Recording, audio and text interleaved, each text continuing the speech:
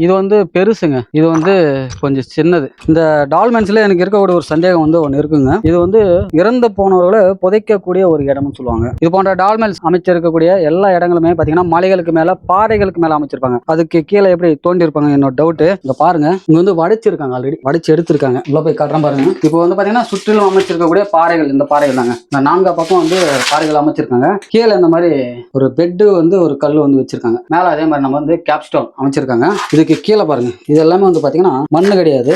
இந்த மலையோட ஒரிஜினல் பாறை. இது ஒரு சின்ன கேப் தான். இது மேலதான் இந்த பாறை வந்து வச்சிருக்காங்க. கீழே தெரியுதுங்க கேப்பு, இதுதான் கேப்பு. இங்க வந்து பாருங்க, உளி வச்சு உடைச்சிருக்காங்க இந்த பாறையை. இங்க இருக்கக்கூடிய இந்த பாறையை உடைச்சு எடுத்திருக்காங்க.